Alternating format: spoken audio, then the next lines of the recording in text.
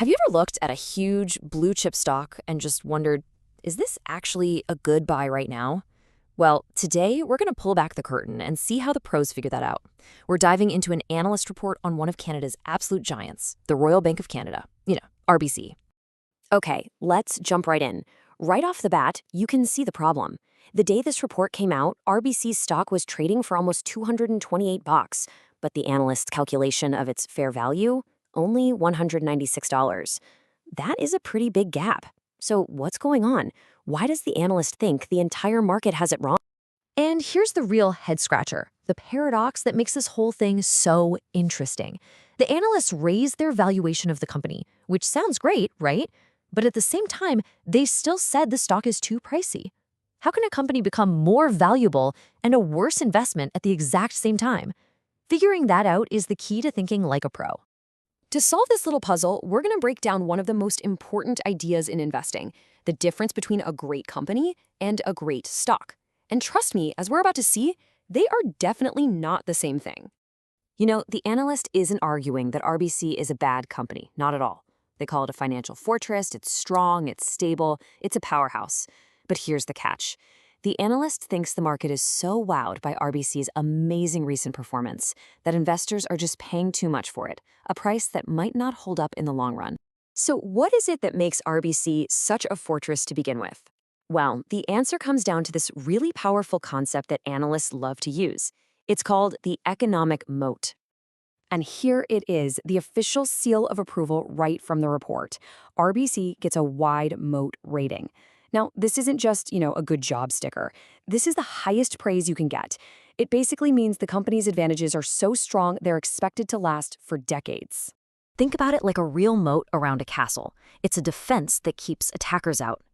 In the business world, an economic moat is a structural advantage that protects a company's profits and market share from all the competitors trying to take a piece of the action. What's so cool about RBC's moat is that it's not just one thing. It's a combination of different strengths. It's got huge cost advantages because it's just so big. It has high switching costs. Have you ever tried to move all your bank accounts? It's a huge pain.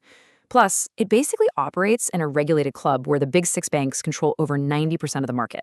And on top of all that, it has these huge, profitable businesses outside of just day-to-day banking. And this chart just shows that so perfectly. Sure, regular Canadian banking is the biggest piece of the pie, at 40%. But look at this. A full third of its money comes from wealth management, and another 20% from capital markets. That kind of mix makes the whole business incredibly resilient. But hey, no fortress is perfect, right? Every single company has risks, and a good analysis always looks at both sides of the coin. So let's check out the bull and bear cases, the reasons why RBC might take off, and the things that could make it stumble. So here you have it, the two competing stories. The bulls are excited about RBC's global reach, its success at selling more stuff to its customers, and the big growth boost from buying HSBC Canada. But the bears, they're pointing to two big potential problems. The bank's massive exposure to Canada's housing market, and a feeling that the insane profits from its trading division just can't last forever. Let's really drill down on that second risk, because this is the number one thing that's making the analysts nervous. A huge chunk of RBC's recent success came from its trading business and capital markets. So the million-dollar question is, was that just a temporary lucky streak, or is this the new normal?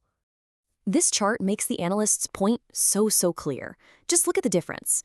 From 2020 to 2022, trading income was chugging along at about $1.1 billion. But in the years after that, it more than doubled.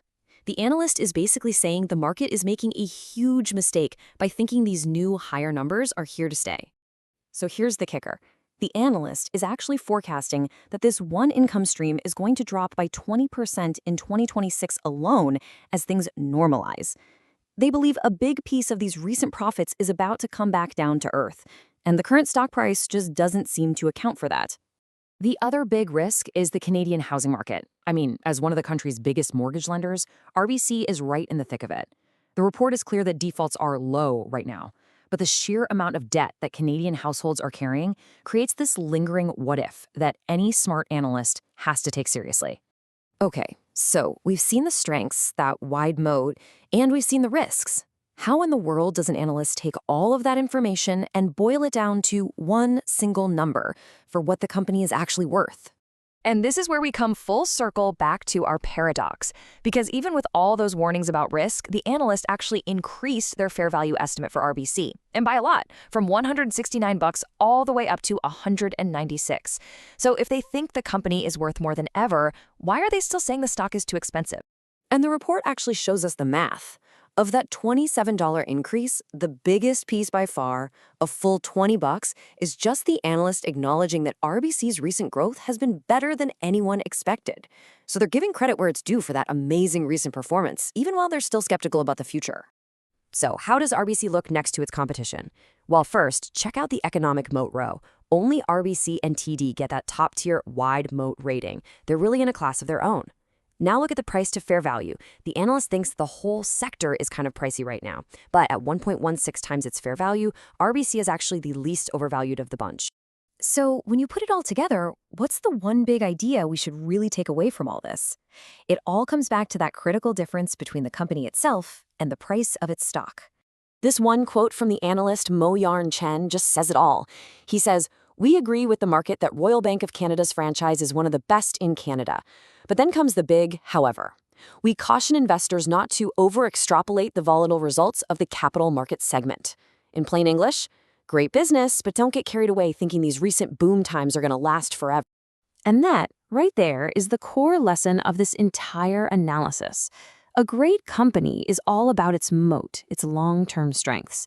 But a great stock? That's all about the price you pay for it today. And as we've just seen, it is absolutely possible to pay too much for a great company and turn a fantastic business into a not-so-great investment.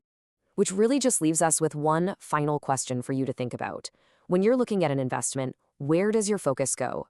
Do you get swept up in the story and the quality of the company itself, or are you disciplined about the price you're willing to pay? As this whole deep dive shows, the best investors, well, they have to be masters of both.